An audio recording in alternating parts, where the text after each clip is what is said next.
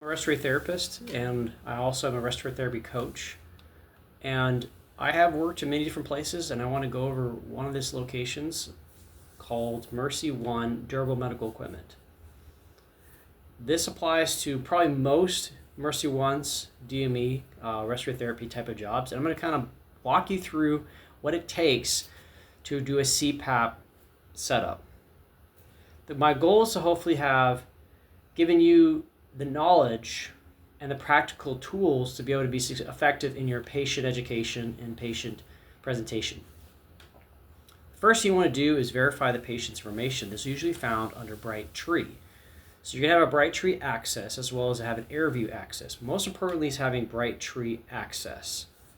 There you'll be able to go look on your schedule to be able to find the patient. Once you click the name of the patient, it's going to pop up and you're going to look on their name, verify the ID is correct, verify the insurance. Why insurance? Because insurance determines on what they can have as an accessory.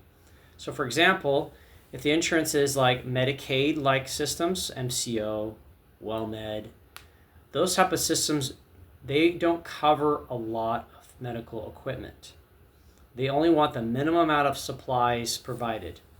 So the difference is that instead of having a heated circuit, which is optimal for your lungs, they just stick the slim line.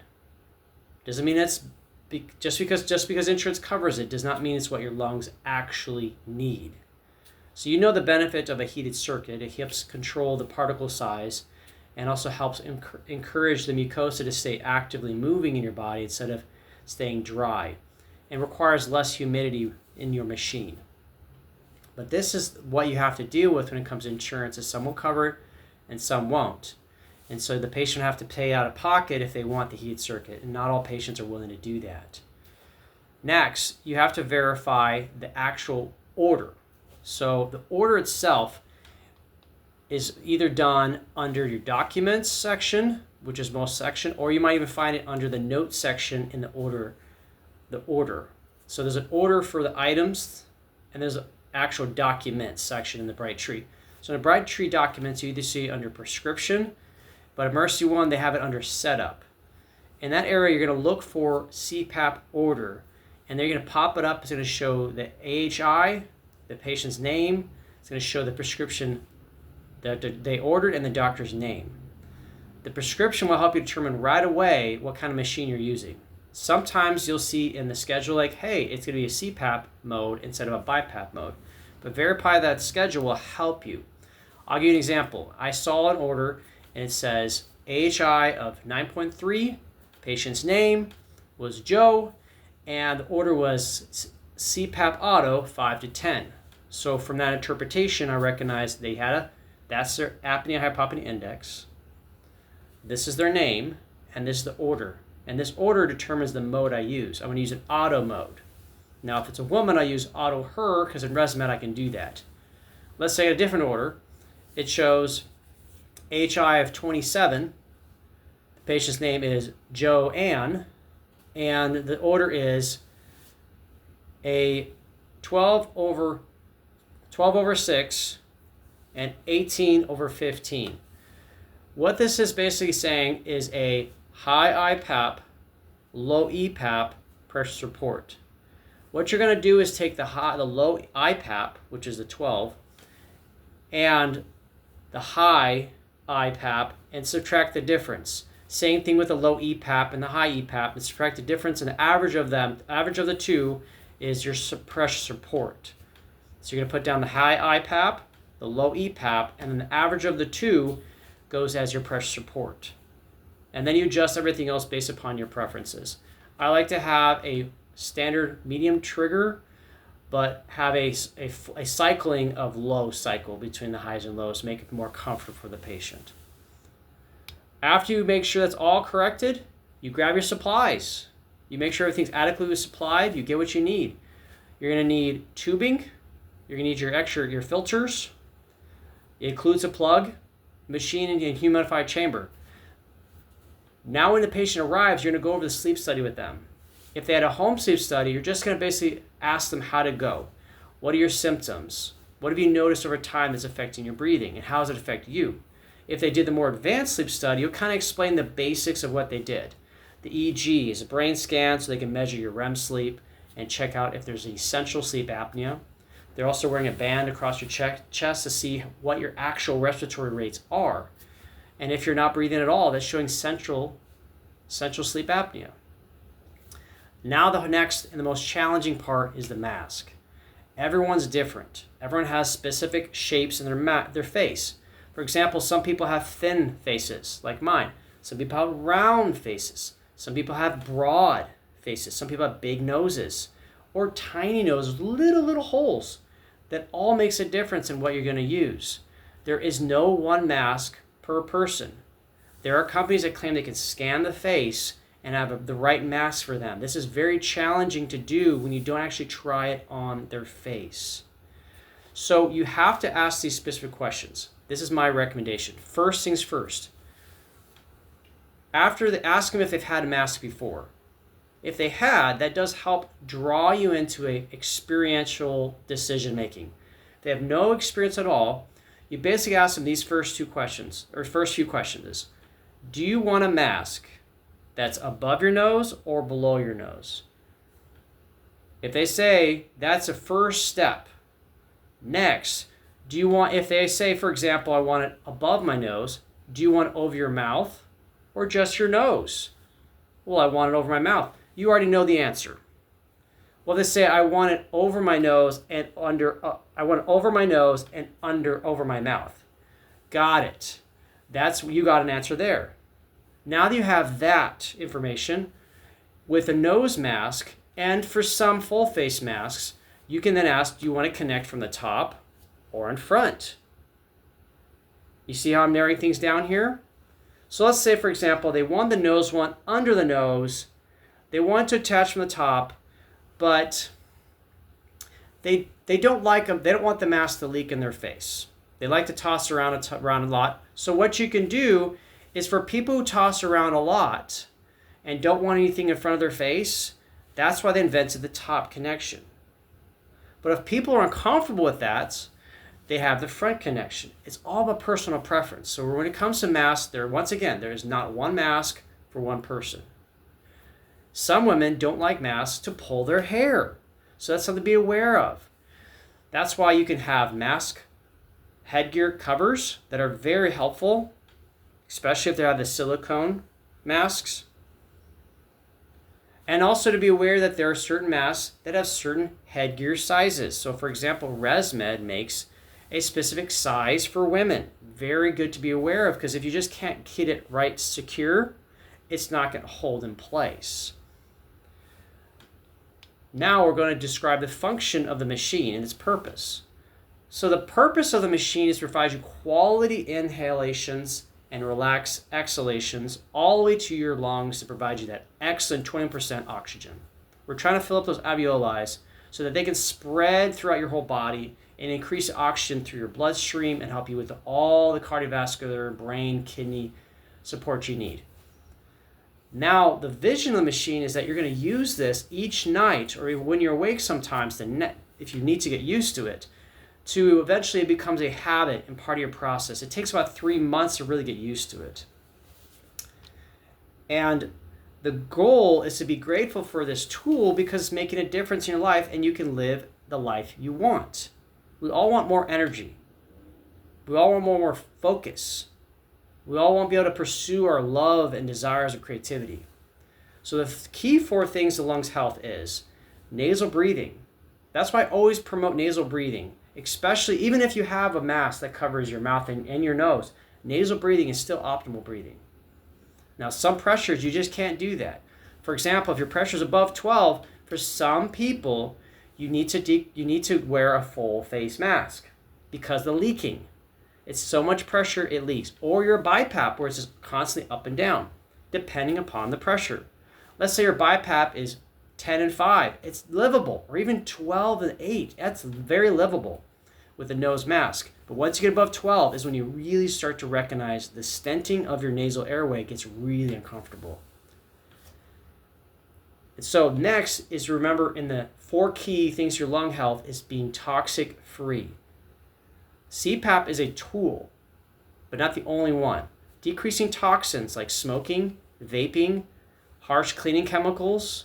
If you're around mold, dust, pollen, dander that's causing you problems, find ways to keep the air fresh.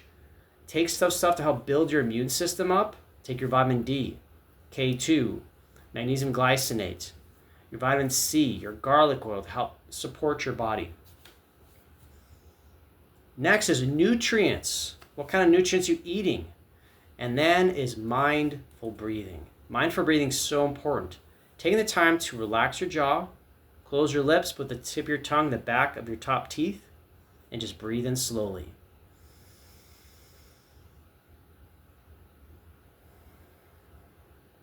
Now let's go back to how you work at Mason City. So we decided on a mask. Now let's go to the iPad where we use Transport Ace. You log in, you choose the patient after you upload everything. You're going to load your cart. So you pre-trip, load the car, you're going to put in your odometers, how much you did the original, and then you're going to click your sign and done. Once you have the patient, you choose a patient and go serve. And you say arrive. Once you arrive, you're going to have some prompts. You're going to start with the items on the list. Each item has a specific task. Let's say, for example, this patient got a full face mask. I will click full face, and then in the notes, I'll write down the item number of the mask. Let's say it was a ResMed F20 medium, I write down the item number. So the intake team knows exactly what to order them. Next, it's going to ask you about headgear. You click it. It's an item that's separate. You don't have to worry about anything else. Tubing, you just click it, and if it's heated, put in the notes, heated. And then you're going to go to the chamber. You just click that. Humidifier, click that. And then you go to the serial number connection on the machine. You click the serial number, and then you go to add. You can literally go to and that's going to have a QR code or a scanner code where you can actually take a picture of the machine itself. Boop. It's one of the most efficient ways to make sure the number is correct. Because if you put the number wrong, it won't be able to transfer over. I scan it, you then say done, done again, and you're done with the items. Next, for Mercy, you're going to do the patient rental agreement, and then there's the HIPAA, Medicare policies, and then the checklist. The checklist where you're going over everything. You're going over how to take care of the machine, how to clean the machine, replacements, how to put the machine together, how to troubleshoot, what to do if you're having problems with it, who to contact. All that stuff goes in there. You check it all off. Then you go to customer. Then you go click self. They're going to sign it, date it, save, and then your turn is you get to sign, and then you get to say served, and you're done. That's the entire process of the actual patient experience. You thank the patient, you pack things up for them, you walk them on their way. What Mercy One does, you don't have to do any payments as a therapist. All that stuff is taken care of up front, as well as how they will receive their payments through the mail. So what's going to happen is they're going to do the first payment, like a first payment first month, because some plans are 10 months and some are 13, like Medicare. Then they come to you, and afterwards they're going to get a monthly bill in the mail, where they can set up automatic payments or just mail or just pay the bill one at a time. Next thing they do is clean up, and then let's take care of our charting. The first thing I recommend is go to your notes. This is where you're going to mark down the actual machine. So we gave them a ResMed 11, and their pressures were 5 to 10 centimeters water pressure. Next, I go to mask. My mask was a ResMed F20 medium, and I put the serial number. Next, I put tubing. It was heated tubing. And then add filter. It was a 2-pack filter.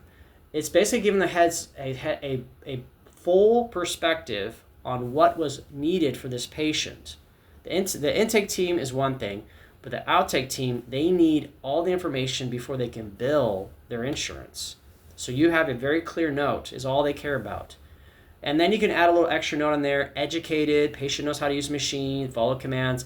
That's all extra for your own personal preference. After you save that note, now notes are kept in the notes section on Brightree. You're going to go to practitioner note, and that's where you create your note. You put the date and the title. You usually should put the title based upon what type of setup. Is at Mercy One, they like to call it 5-year setups or new setups. So 5 years are repeating machine people just getting renewals, and the new setups are just brand spanking new patients. You can see how streamlining it might be with the 5-year people. You're literally just swapping a machine. It's so quick, so easy, and they have very little questions to ask. Where the first setups, you want to really dedicate quality time with them. Next you'll do is you're going to attach their machine to them at AirView. 2 options. You can go straight into AirView and manually put it in. Or you go to the clinical section in Brightree and go to Add Machine. You're going to make sure you choose your identify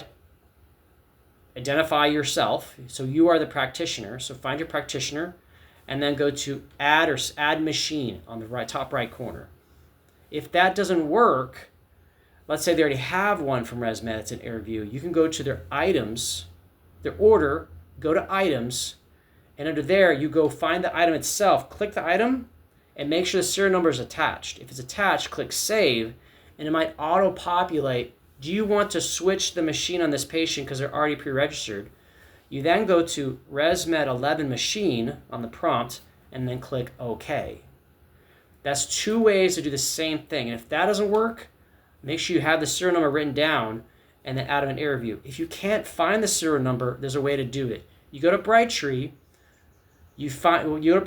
go to Documents, and go to Delivery Ticket. On the delivery ticket, will show the serial number. Take that number, write it down. Then go back to Brightree and just go to Serial Number Search.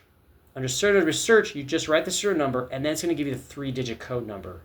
Then you have everything you need to put the patient in AirView, where you put their name, date of birth, the doctor, and then everything else you need to put in there. We have gone over everything you need to do to help greet a patient, find a patient's information, help them go through the setup, the iPad through Transport Ace, and then after all that, you just go to your schedule, change it from what it was, which is purple, to green, showing that they've been serviced. And if you like, you can do also say completed. You've done everything you need to do, and you can get all this done within 15 to 30 minutes in some cases, which gives you a nice little breather in between to prep up for the next patient. It's been a pleasure to help you make this streamlined experience for you at Mercy One.